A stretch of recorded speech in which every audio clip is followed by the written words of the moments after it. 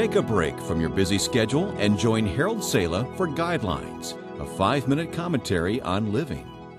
A 5-year-old Australian girl was doing very well after a heart-lung transplant in London. But her father, halfway around the world in Melbourne, wasn't doing so well. Robert Edward Matthews, then age 39, was apprehended for robbing a McDonald's restaurant to help pay for the surgery which gave the promise of new life to his little girl. "I did it for Brooke," said Matthews, "and I'd do it again," he told the court. The motive was right. The method was wrong. It's a reflection of the way we think today.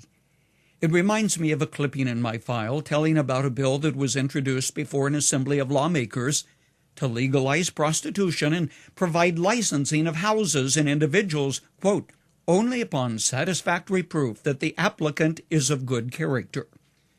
Not much different from the story of J. Edwin Orr, wherein Orr told about Mickey Cohen, who heard the gospel and was alleged to have been converted, but was disappointed when he learned he could not be a Christian gangster. Reminds me of a conversation in Lewis Carroll's Through the Looking Glass, where Humpty Dumpty and Alice are talking. Humpty Dumpty says to Alice, "When I use a word, it means just what I choose it to mean, neither more nor less." But Alice responds, "The question is whether you can make words mean different things." In one word as I see it, the problem is perspective. That's why a man can be concerned about paying his daughter's hospital bill and rob a restaurant to do it. And a prostitute can be considered a woman of good character. And a man who is a gangster and racketeer can consider himself to be a Christian. Man's perspective as opposed to God's. "All a man's ways seem innocent to him," wrote the wise man in the book of Proverbs. Then he continued, "But motives are weighed by the Lord." That's where God comes into the picture, and no matter what you think about something, no matter how right it looks to you or how well it fits into your logic and thinking, He has the final word. There is a way that seems right to a man, says God's Word, the Bible, but in the end, it leads to death.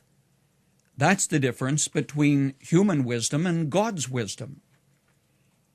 If God has the final word in things, and He does, a wise person tries to see life from his perspective.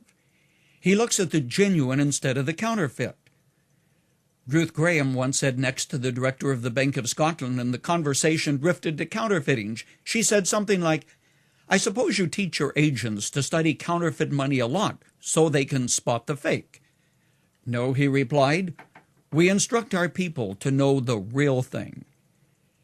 Get God's point of view to learn to think straight, to help you understand what really counts, what lasts in an artificial world. One more thing needs to be said to complete today's commentary. Where do you get God's perspective? Well, not by reading the newspaper or checking out the astrological forecasts or having some guru stir your coffee grounds with a divining rod. There's one book that gives you God's point of view. It's His book known as the Bible. As strange as it seems to some, the Bible makes sense. It has a divine wisdom that goes beyond the superficial veneer of life today. At times, it painfully cuts across the trends of our day and convicts us of shallowness and sinfulness. But there's one thing for sure. Since He has the last word, you had better learn how He views life. The way which seems right to a man, which also leads to death, is a marked contrast from the way to God. It's worth learning about.